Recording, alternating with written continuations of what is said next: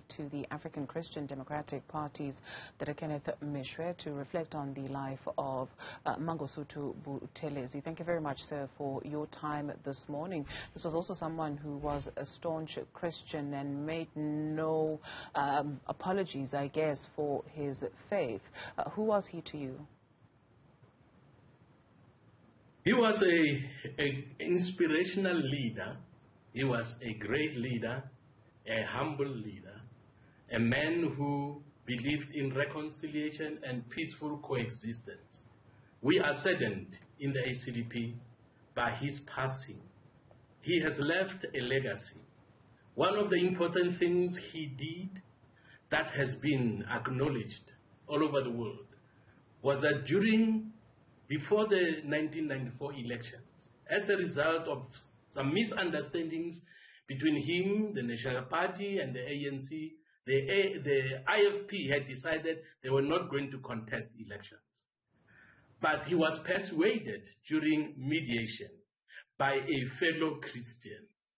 Other politicians tried and they did not succeed. But when he was approached by a Christian as a Christian, his heart softened as he understood that Christians must be people of peace and they must be people of reconciliation.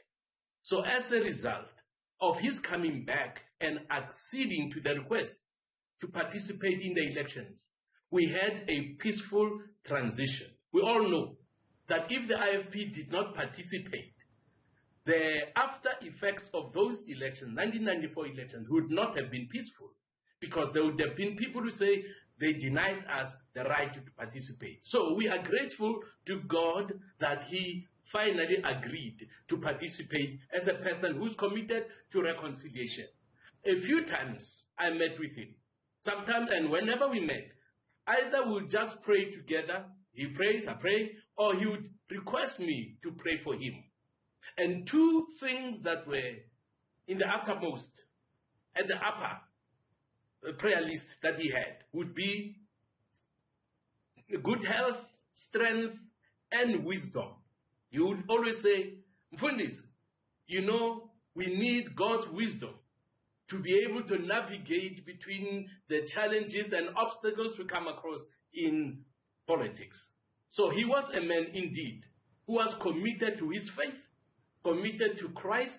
He was not ashamed to talk about him. That is why we would pray together and he would say, we know that without God's help, South Africa will not have a great future.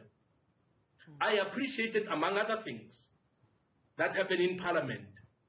In 2018, when he turned 90, the then Speaker of National Assembly, Me Balega Mbete, paid tribute to him for his contribution to this peaceful democracy we are enjoying today, and also to applying his wisdom even in Parliament as a senior.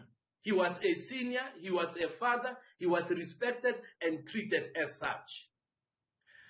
Until the EFF came, obviously things were different, but when he spoke, everybody listened, because he was full of wisdom.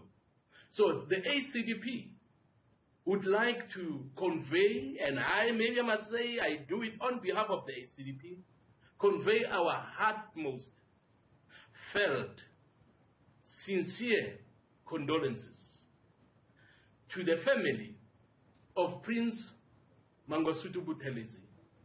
We pray that the Lord will heal their hearts. As we convey these condolences to the family, we include members of Inkatha Freedom Party, members of Parliament, and the whole Zulu nation, as he was the prince that was respected as the traditional leader of the Zulu nation. May the Lord heal them, may the Lord comfort them, and may those who have taken over from Prince Mangosuthu Buthelezi continue on this path of reconciliation, peace, and non-violence. I pray that Inkatha will be stronger, that the founding leader, has now rested after running a good race. He has fought a good fight, and he has run and completed his race. Now it is for him to await his reward that the Lord will give to those who run the race facing Jesus Christ, the author and finisher of our faith.